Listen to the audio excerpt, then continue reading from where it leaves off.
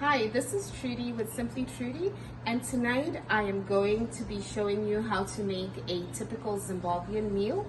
And on our menu today we have sadza, some grilled ribs, peanut butter greens, and a tomato and onion gravy on the side. So typically you can just have the sadza with the peanut butter greens and the meat, but I personally like sauce or the gravy or soup like we call it. So I'm making all of that as well. So follow along and let's make a Zimbabwean dinner.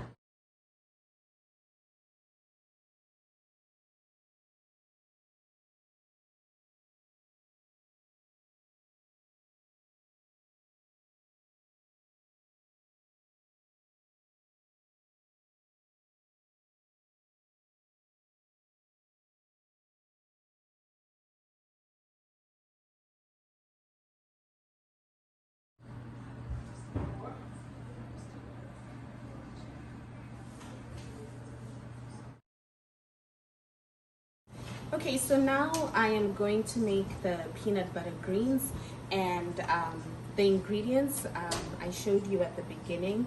So it's just simple ingredients. You need your collard greens, onions, tomatoes, peanut butter, and salt.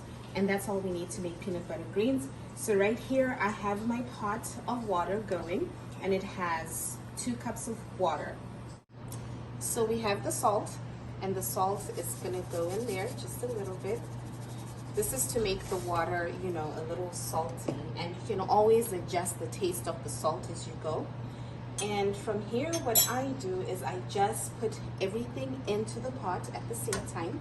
So these are the collard greens, chopped up collard greens, muriwo, as we call it.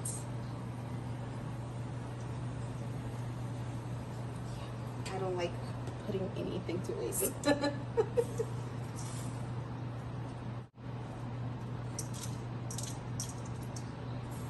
Alright, so those are collard greens in the pot.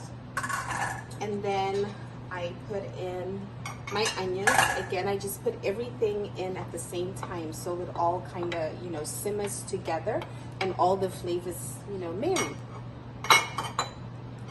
And then this is 1 Roma tomato, so just like a small medium-sized tomato. We put that in there.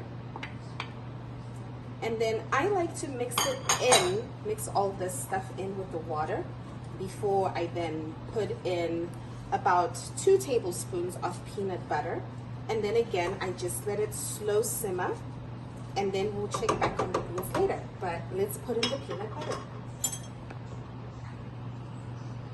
So this is quite a big serving, so maybe we can start off with just this one.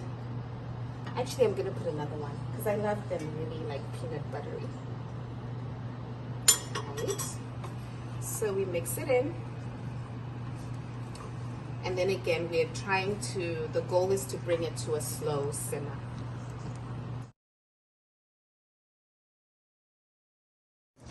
Okay, so now we're gonna make the sadza, and over here we found the Quaker white cornmeal. I'm sorry, I had a brain freeze there for a minute. So this is what we use for wupfu. Wupfu is cornmeal, and so we need cornmeal. And I have over here my Zimbabwean pot, and this is the best pot for you to make your sadza in, because as you can see it has the handle on there. So when I start to make the motions to make the sadza solidify, you'll see that it's easy to hold onto the pot, and this is the best pot for your sadza. So now let's make our sadza. And this is the best part about making the sadza. You need a little muscle power.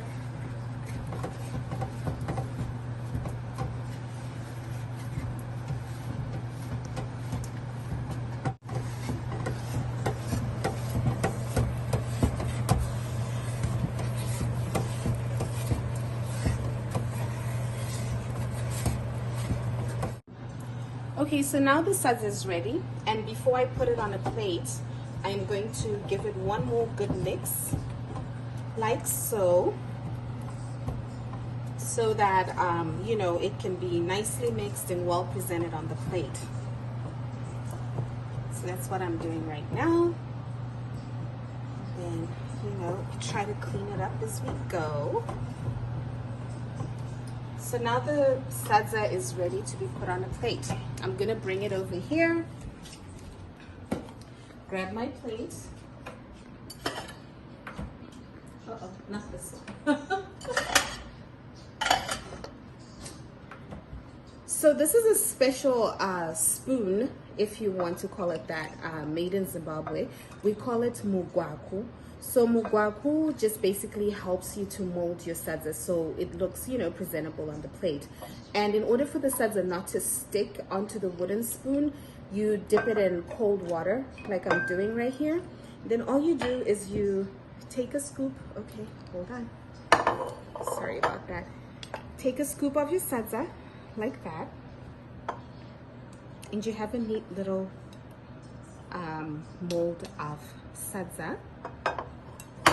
Gonna put that back, and then of course I did say I was serving this with the ribs, the peanut butter greens, and the gravy.